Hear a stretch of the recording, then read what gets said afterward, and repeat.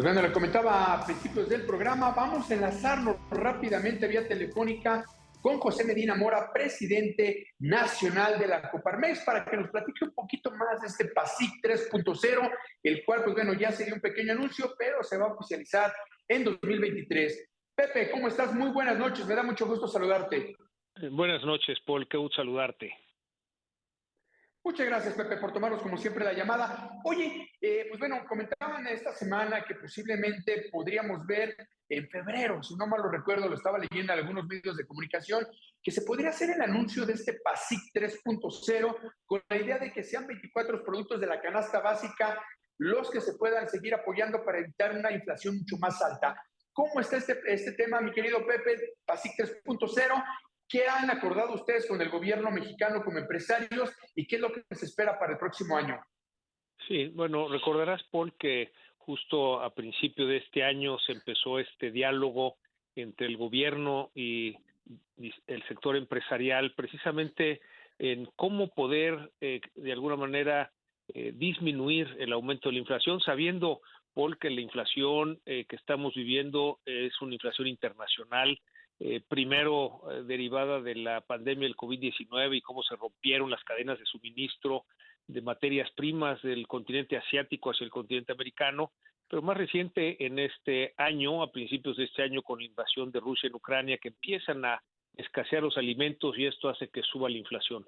Se anunció a principios de este año, más o menos en febrero de este año, que se inició este diálogo entre el gobierno y el sector empresarial, este acuerdo de unidad del gobierno y la iniciativa privada para que se pudiera contener el aumento de la inflación, sabiendo que no se iba a poder disminuir, pero sí que no subiera más.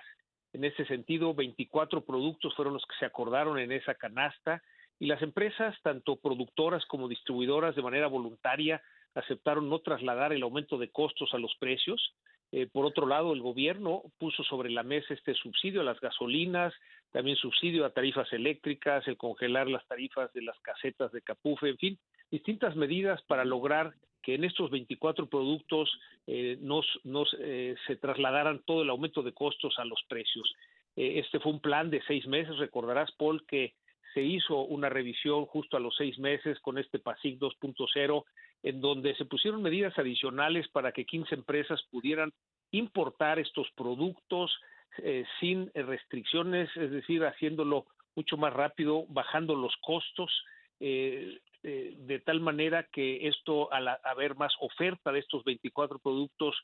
pudiera quitarse la presión de aumento de precios. Y hemos seguido en comunicación con la Secretaría de Hacienda y Crédito Público cada 15 días monitoreando estos 24 productos y es un plan de 6 meses, lo cual corresponde en febrero volver a revisar y entonces están de alguna manera dialogando medidas adicionales para que, si bien es cierto que la inflación llegó ya a un tope, recordarás,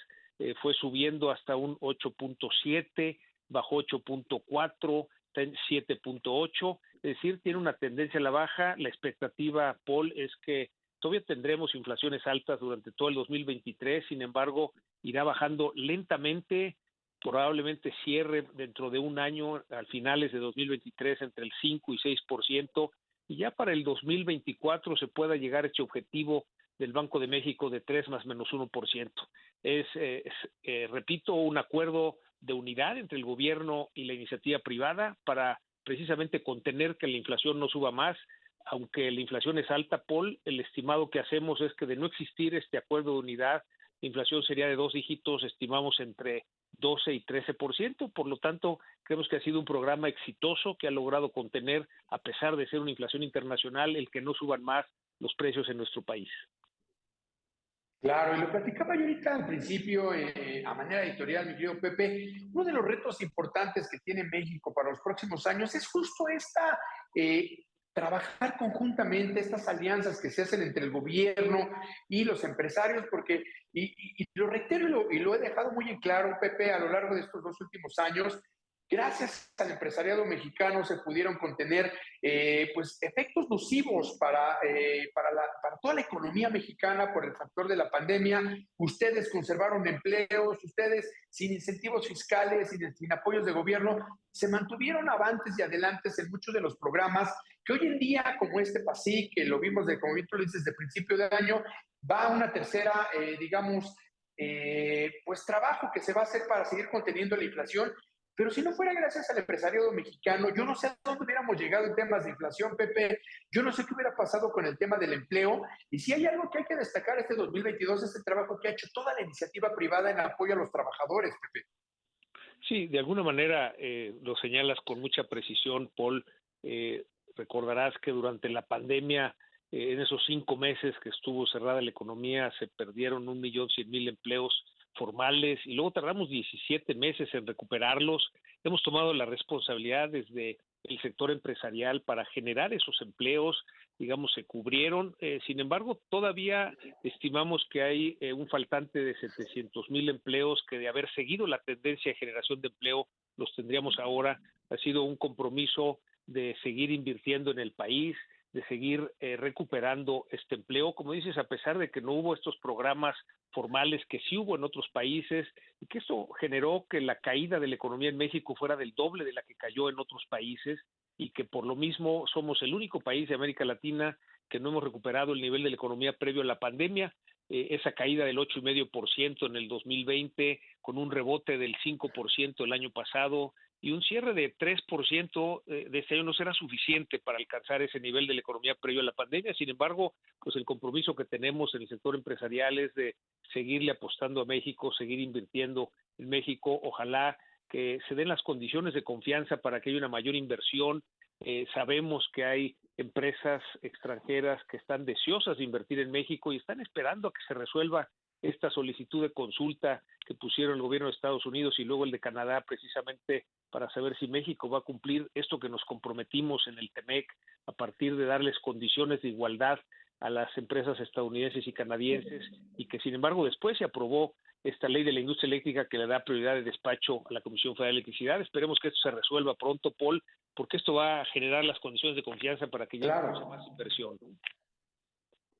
Pepe, tú lo comentaste muy bien en la primera parte de esta entrevista, donde pues estamos viendo una inflación que en gran parte es una inflación internacional, es una inflación exportada, por llamarlo de alguna manera. ¿Cómo desde ustedes, desde la iniciativa privada, analizan o ven lo que fueron las primeras dos, digamos, el PASIC 1, el PASIC 2 y ahora el PASIC 3? ¿Cómo han visto los resultados para este 2022? ¿Realmente ha funcionado? ¿Se ha contenido el tema de los precios? ¿Y qué esperan para el próximo año? Sí, la evaluación que hacemos, no nada más en Coparmex, sino en todo el sector empresarial, es que sí han funcionado tanto el PASIC 1.0 como el PASIC 2.0, y simplemente la prueba es que, de no haber existido este acuerdo de unidad entre gobierno e iniciativa privada, pues tendríamos inflaciones mucho mayores que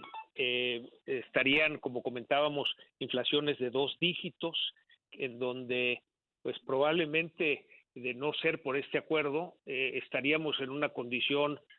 con mucha mayor desventaja, que se requiere precisamente este trabajo de colaboración, cada uno en nuestra parte. Hay que recordar que el gobierno está poniendo una parte importante con este subsidio de las gasolinas, y que pues las empresas también, de manera voluntaria, y eso es lo que hay que destacar, han decidido el no trasladar este aumento de costos. Eso es lo que ha permitido que funcione el PASIC.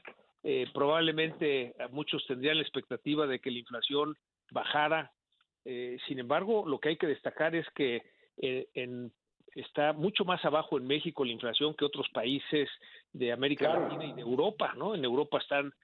varios países con inflaciones de 2 dígitos. Así estaría México de no ser por este acuerdo de unidad, y por eso destacamos este trabajo colaborativo entre el gobierno y el sector empresarial para lograr que se contenga la inflación.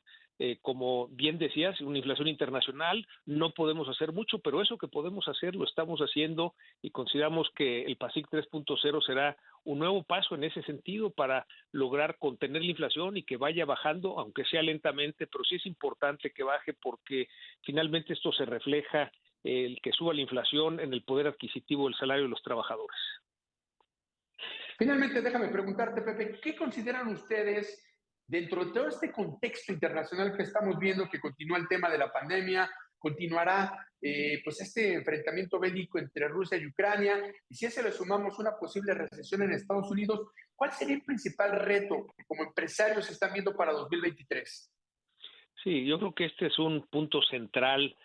para cada empresa. Si bien es cierto que habrá una recesión en los Estados Unidos en los próximos 2 años y que dada la correlación, la alta correlación de la economía mexicana con los Estados Unidos es algo que nos va a afectar,